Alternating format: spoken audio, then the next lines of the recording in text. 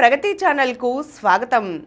ఈరోజు మనం శతాబ్ది ఉత్సవాల్లో ఆ రెండు సంస్థలు ఆర్ఎస్ఎస్, సిపిఐ వాటి పుట్టుక, ఆ పార్టీల ప్రభావం నేటి రాజకీయాలపైన ఎలా ఉంది అనే అంశాల గురించి పాత్రికేయులు డాక్టర్ దుగ్గరాజు శ్రీనివాసరావు గారు ఏం వివరించారో తెలుసుకుందాం. సైద్ధాంతికంగా భిన్న ధృవాలైన రెండు సంస్థలు ఒకే సంవత్సరంలో భారతదేశంలో ప్రారంభం కావటం విశేషం. ఈ రెండు సంస్థలు పోటాపోటీగా ఏర్పడినవి కావు. ప్రారంభంలో ఆయా సంస్థల మధ్య శత్రుత్వము లేదు. ఎవరికి వారు తాము పెట్టుకున్న లక్ష్యాలను అందుకునేందుకు పని ప్రారంభించారు. ఈ సంవత్సరం ఈ రెండు సంస్థలు శతాబ్ది ఉత్సవాలను జరుపుకుంటున్నాయి. ఆ రెండు సంస్థల్లో ఒకటి 1925 విజయదశమి నాడు పుట్టిన రాష్ట్రీయ స్వయం సేవక్ సంఘ్ ఆర్ఎస్ఎస్ కాగా, రెండవది అదే సంవత్సరం డిసెంబర్లో క్రిస్మస్ వెళ్ళిపోయిన మరుసటి రోజు స్థాపింపబడిన communist party of India CPI. RSS communist పార్టీల పుట్టుక నేపథ్యం కూడా భిన్నమైనది. నాటి దేశ పరిస్థితులకు స్పందనగా భారతదేశ మూలమతమైన హిందూ సమాజ సంఘటన, భారతీయత అంశం ఆధారంగా జాతీయ దృక్పథంతో ఏర్పడినది ఆర్ఎస్ఎస్. అందుకు భిన్నంగా కమ్యూనిస్ట్ పార్టీ అంతర్జాతీయ దృక్పథంతో ఏర్పడినది. 1917లో వచ్చిన సోవియట్ యూనియన్ విప్లవం తరువాత అటువంటి పాలనా విధానమే ప్రపంచ దేశాలన్నిటిలో ఏర్పడాలన్న కోరికతో ఏర్పడింది కమ్యూనిస్ట్ పార్టీ. భారత జాతి విశిష్టతను కాపాడాలని, భారతీయులంతా జాతిపరంగా ఐక్యమవ్వాలని ఆర్ఎస్ఎస్ తన ప్రారంభం నుండి ప్రవచిస్తుంటే, అసలు భారత జాతి అనేది ఒకటి లేదని, బ్రిటిష్ వారు వలస పాలకులైన తర్వాతే భారత జాతి అనేది రూపుదిద్దుకున్నదని, ఇక్కడున్నది భాష జాతులు మాత్రమేనని, అవన్నీ భిన్న దేశాలుగా ఒక సమాఖ్యగా ఏర్పడాలన్నది కమ్యూనిస్టుల ప్రతిపాదన. కమ్యూనిస్టులకు ఒక స్పష్టమైన ఆర్థిక నమూనా సోవియట్ యూనియన్ నుండి అందింది. సమసమాజం, శ్రామిక జీవులకు రాజ్యాధికారం అనేది వారి విధానం. అదే సమయంలో మతం ఒక మత్తుమందు అన్న కార్ల్ మార్క్స్ మాటను తూచా తప్పకుండా నమ్మి తమ పార్టీ వారంతా మతాలకు అతీతంగా నాస్తికులుగా, హేతువాదులుగా ఎదగాలన్న నిబంధన అప్రకటిత విధానమయ్యింది. శ్రామిక జీవుల జీవితాలు మెరుగవ్వాలి, భూస్వామ్య వర్గాల దోపిడీ అడ్డుకోవాలి, సంపద సమంగా పంపిణీ కావాలి, పేద గొప్ప భేదం పోవాలి, దున్నేవారిదే భూమి వంటి విధానాలు కమ్యూనిస్ట్ పార్టీవి. ఆర్ఎస్ఎస్కి స్పష్టమైన ఆర్థిక విధానం అంటూ ప్రారంభ దినాల్లో లేదు. వారి లక్ష్యం భారతదేశ సమగ్రత.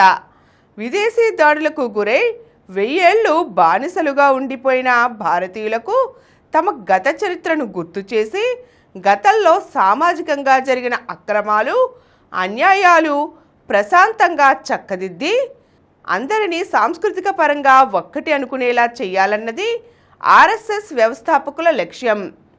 భారతీయులు భావదాస్యం నుండి బయటపడి హైందవ ఐక్యత పెంచాలి. హిందూ జనాభా ఒక్కటైతే తప్పించి ఈ దేశానికి నిజమైన స్వాతంత్రం వచ్చినట్లు కాదన్నది ఆర్ఎస్ఎస్ చెప్పిన మాట. ఆర్ఎస్ఎస్ పుట్టుకకు కారణం ఆనాటి కాంగ్రెస్ నాయకత్వం తీసుకున్న సంతుష్టీకరణ విధానాలే. 1920లో జరిగిన ఖిలాఫత్ ఉద్యమానికి మహాత్మా గాంధీ మద్దతు ప్రకటించడం నచ్చని కాంగ్రెస్ నాయకుల మద్దతు ఆర్ఎస్ఎస్ ఏర్పాటుకు పునాది అయింది. నిజానికి ఆర్ఎస్ఎస్ వ్యవస్థాపక బృందంలో చాలామంది ఒకనాటి కాంగ్రెస్ కార్యకర్తలే. ఖిలాఫత్ ఉద్యమం భారతీయులకు సంబంధం లేనిదని, అటువంటి ఉద్యమం కేరళలో ప్రారంభించిన ముస్లింలకు నచ్చజెప్పాల్సింది పోయి మద్దతు పలకటం తప్పు అనే అభిప్రాయం కలిగిన కాంగ్రెస్ వాదులు ఆర్ఎస్ఎస్ వైపు మొగ్గారు. కమ్యూనిస్టులకు ఆర్ఎస్ఎస్కి స్వతంత్ర పోరాటంలో పాత్ర లేదన్నది నాటి కాంగ్రెస్ వారి విమర్శ. దానికి తగ్గట్లే కమ్యూనిస్టులు ఈ స్వాతంత్రం ఒట్టి బోటకం అని వివరిస్తారు. పార్లమెంటరీ ప్రజాస్వామ్యాన్ని అంగీకరించలేదు. తమది స్వచ్ఛంద సేవ సంస్థే గాని రాజకీయ పార్టీ కాదని, తమ కార్యకర్తలు వ్యక్తిగతంగా స్వాతంత్ర పోరాటంలో పాల్గొన్నారని ఆర్ఎస్ఎస్ వివరిస్తుంది. తాము కోరుకున్నది కేవలం తెల్లవారి నుండి స్థానికులకు రాజకీయ పాలనాపరమైన స్వాతంత్రం మాత్రమే కాదని, అంతకు మించి చారిత్రక సాంస్కృతిక విశిష్టతను ప్రకటించే స్వాతంత్రమని ఆర్ఎస్ఎస్ చెప్పింది. కానీ విచిత్రంగా 1947లో జవహర్లాల్ నెహ్రూ ఏర్పాటు చేసిన కాంగ్రెస్ నాయకత్వంలోని జాతీయ ప్రభుత్వంలో ఆర్ఎస్ఎస్ భావజాలానికి దగ్గరగా ఉన్న హిందూ మహాసభ అనే పార్టీకి స్థానం దక్కింది. కమ్యూనిస్టులకు స్థానం ఇవ్వలేదు. కాంగ్రెస్ వారు నెహ్రూకి తాము ప్రధాన ప్రత్యర్థులుగా ఉన్నందునే నాడు తమను మంత్రివర్గంలోకి ఆహ్వానించలేదంటారు కమ్యూనిస్టులు. నాటి వరకు కమ్యూనిస్టులు ఆర్ఎస్ఎస్ మధ్య ప్రత్యేక ఘర్షణ సందర్భాలు బహు తక్కువ.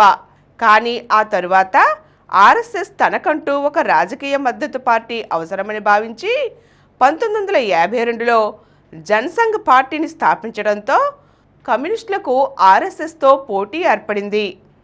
శత్రుత్వం పెరిగింది. 1952 లోక్సభ ఎన్నికల్లో కమ్యూనిస్టులకు దక్కిన సీట్లు 16 అయినా అదే ప్రధాన ప్రతిపక్షమైంది. ఓట్ల పరంగా కమ్యూనిస్ట్, జనసంఘ్ పార్టీల మధ్య తేడా స్వల్పమైనా జనసంఘ్కి దక్కింది కేవలం 3 సీట్లే. నాటి నుండి భిన్న భావజాల పార్టీలైన ఆ రెండు అధికార కాంగ్రెస్కి ప్రత్యామ్నాయం తాము అని నిరూపించుకునే యత్నం చేశాయి.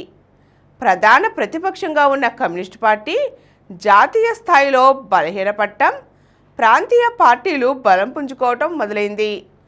కమ్యూనిస్టులు బలహీనపడటానికి ఆ పార్టీలో వచ్చిన పలు చీలికలు, చేసిన రాజకీయ తప్పిదాలు కారణమయ్యాయి. ఒకప్పుడు కార్మిక విద్యాలయ రాజకీయాల్లో తిరుగులేని స్థానంలో ఉన్న కమ్యూనిస్టులు ఆ రెండిటిలోనూ తాము ఆధిపత్యం కోల్పోయారు. కమ్యూనిస్టులకు సవాల్ విసటంలో ఆర్ఎస్ఎస్ నేటి బీజేపీకి అండగా నిలిచింది. సైద్ధాంతికంగా ఢీకొనగలిగిన బృందాలను తయారు చేసుకుంది. ఒకప్పుడు సమాజంలోని అన్ని రంగాలను కమ్యూనిస్టులు వారి భావజాలం కలవారు ప్రభావితం చేసేవారు. కమ్యూనిస్టులది విదేశీ భావజాలం, మాది జాతీయతా భావజాలం అంటూ ఆర్ఎస్ఎస్ ప్రచారం చేసి ప్రజలను ఒప్పించగలిగింది. మతాన్ని, రాజకీయాన్ని మిళితం చేసి సమాజాన్ని నిలువుగా చీల్చి బీజేపీకి రాజకీయ అధికారం కట్టబెట్టింది ఆర్ఎస్ఎస్ అనేది కమ్యూనిస్టుల ఆరోపణ. మైనారిటీ వర్గాలకు తమ సంస్థను శత్రువుగా చూపి వారిని ఓటు బ్యాంక్గా మలుచుకొని హిందూ సమాజాన్ని కులపరంగా చీల్చే కమ్యూనిస్టుల కుట్రను భగ్నం చేశామంటుంది ఆర్ఎస్ఎస్. ఈ రెండు భిన్న భావజాలాల పోరాటంలో భారతదేశం అనుసరించే సెక్యులర్ విధానం ప్రశ్నార్థకమైంది. అధికారం కోసం మైనారిటీ మతాల సంతుష్టీకరణ చేసే కుహానా సెక్యులరిజం అని ఆర్ఎస్ఎస్ ప్రచారం చేసింది. మతాన్ని రాజకీయాలకు వాడుకోవటంలో కమ్యూనిస్టులకు పాత్ర ఉందన్న వాస్తవం ప్రజలకు అర్థమైంది. కమ్యూనిస్టులను ఒక్కొక్క రంగంలో వెనక్కి నెడుతూ ఆర్ఎస్ఎస్ తాను ఆరంభించిన సంస్థల ద్వారా పట్టు సాధించింది. కమ్యూనిస్టుల చీలికల ద్వారా బలహీనపడి 3 రాష్ట్రాలకు పరిమితమైంది ఒక దశలో. ఇప్పుడు కేవలం కేరళ ఒక్కటే వారి చేతిలో ఉంది. ఆర్ఎస్ఎస్ నడిపించే బీజేపీ జాతీయ ప్రభుత్వాన్నే కాదు, పలు రాష్ట్రాల్లో అధికారంలోకి తీసుకువెళ్ళింది. ఆర్ఎస్ఎస్ బలపడిన రాష్ట్రాల్లో కమ్యూనిస్టులకు స్థానం లేదు. చివరికి కార్మిక రంగంలో కూడా ఆర్ఎస్ఎస్ వారి భారతీయ మజ్దూర్ సంఘ్ నెంబర్ 1 స్థానంలో ఉంది. 1990లో పివి నరసింహారావు ప్రారంభించిన ఆర్థిక సంస్కరణలు యువతను సైద్ధాంతికత వైపు నుండి కెరీర్ వైపు మళ్లించింది. ఆర్థిక సంస్కరణలు దేశాన్ని ఎదుగుదల వైపు తీసుకువెళ్ళగా కమ్యూనిస్ట్ సిద్ధాంతం ఓడిపోయింది. సోషలిజం గురించి గర్వంగా చెప్పుకునే యువతే కాదు, వారికి ఆ సిద్ధాంత ప్రాధాన్యత గురించి చెప్పగలిగిన కమ్యూనిస్ట్ సిద్ధాంతకర్తలు లేరు. సెక్యులరిజం పేరున హిందువులకు అన్యాయం చేశారన్న సంఘ్ వాదనను యువత అంగీకరించింది. అన్ని మతాల యువత ఆధ్యాత్మికత వైపు మళ్ళటంతో మతాతీత కమ్యూనిస్టులకు ఏ మతం వారి మద్దతు లభించటం లేదు. తాజాగా కమ్యూనిస్టులకు కంచుకోట్లుగా నిలిచి ఉన్న విశ్వవిద్యాలయ ప్రాంగణాలలో ఏబీవీపీ గెలుపు వార్తలు వినిపిస్తున్నాయి. కమ్యూనిస్టులది ఎర్ర జెండా, అది అంతర్జాతీయ స్థాయి జెండా. అయితే సోవియట్ యూనియన్ విచ్ఛిన్నం తరువాత ఒకనాటి ఐరోపా సోషలిస్టు దేశాలు ఎర్ర జెండా వదిలి సాధారణ పార్టీ జెండాలను ఎత్తుకున్న తరువాత కమ్యూనిస్టులకు నేడు చెప్పుకునేందుకు మిగిలింది చైనా మాత్రమే. పార్టీపరమైన నియంతృత్వ పాలన వల్ల చైనాలో ఎర్ర జెండా నేటికి ఎగురుతున్నది. కానీ పార్టీ పట్టు సడలించి భావస్వేచ్ఛకు అవకాశం ఇస్తే చైనాలో కమ్యూనిస్టు శకం ముగుస్తుంది. ఆర్ఎస్ఎస్ వారిది కాషాయ జెండా. భారతదేశానికి ఆవల ఆ జెండా ఎగిరే అవకాశాలు ప్రస్తుతానికి లేవు. ప్రపంచంలోని ఏకైక హిందూ దేశమైన నేపాల్ కూడా కాషాయాన్ని కాదన్నది. అటువంటి సమయంలో భారతదేశంలో స్థిరపడి విదేశాలకు ఈ జెండాన్ని విస్తరించటంలో పలు అవరోధాలు ఉన్నాయి. అయినా తాము ఎప్పటికైనా కాషాయాన్ని విశ్వ జెండాగా చేస్తామని చెప్పుకుంటుంది ఆర్ఎస్ఎస్. 1925లో దాదాపు ఒకేసారి ఆరంభమైన కమ్యూనిస్టులు, ఆర్ఎస్ఎస్లు ఒకరు బలపడి మరొకరు బలహీనపడటానికి కారణాలు అనేకం. పరస్పర విరుద్ధ భావజాలాల మధ్య పోటీలో ఒక భావజాలం ఓడిపోవలసింది.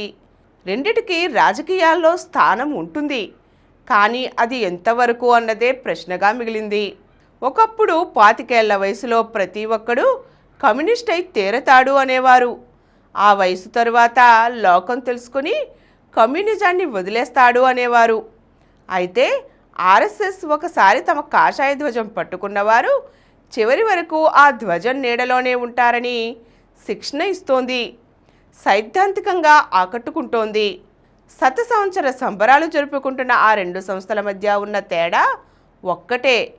కమ్యూనిస్టులు తీసుకోకూడని సమయంలో తీసుకోకూడని నిర్ణయాలను తీసుకోవటం, తమ నిర్ణయం తప్పని తెలిసినా మొండిగా ఆ నిర్ణయాలకు కట్టుబట్టం, తప్పని అర్థమైనప్పుడు తప్పును అంగీకరించటానికి మనసు రాకపోవటం.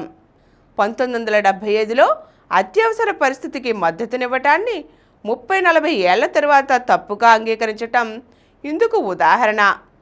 చైనాకి గుడ్డిగా మద్దతు ఇవ్వడం కూడా ఇటువంటిదే.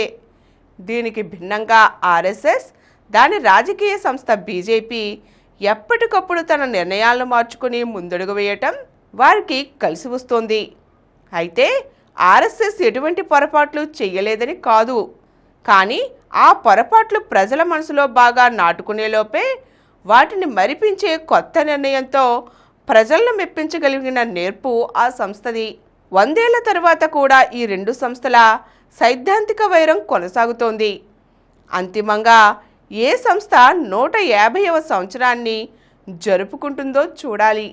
ఈరోజు మనం విభిన్న సంస్థలైన ఆర్ఎస్ఎస్, కమ్యూనిస్ట్ పార్టీ రెండు శతాబ్ది ఉత్సవాల్లోకి అడుగుపెట్టిన నేటి కాలంలో ఆ రెండిటి సైద్ధాంతిక అంశాలను కొన్నిటిని తెలుసుకున్నాం కదండి. మరో చక్కని అంశంతో మళ్ళీ కలుద్దాం. ఈ కార్యక్రమం మీకు ఎంతో నచ్చింది కదా. ఇటువంటి మరిన్ని వీడియోల కోసం అనతి కాలంలోనే 20 కోట్లకు పైగా వ్యూస్ సాధించిన సమరం ఛానల్ సమర్పించు సమరం ప్రగతి ఛానల్కు సబ్స్క్రైబ్ చేయండి, లైక్ చేయండి, మీ ఫ్రెండ్స్కి షేర్ చేయండి. అలాగే ప్రక్కనున్న గంట సింబల్ని ప్రెస్ చేయడం మర్చిపోకండి.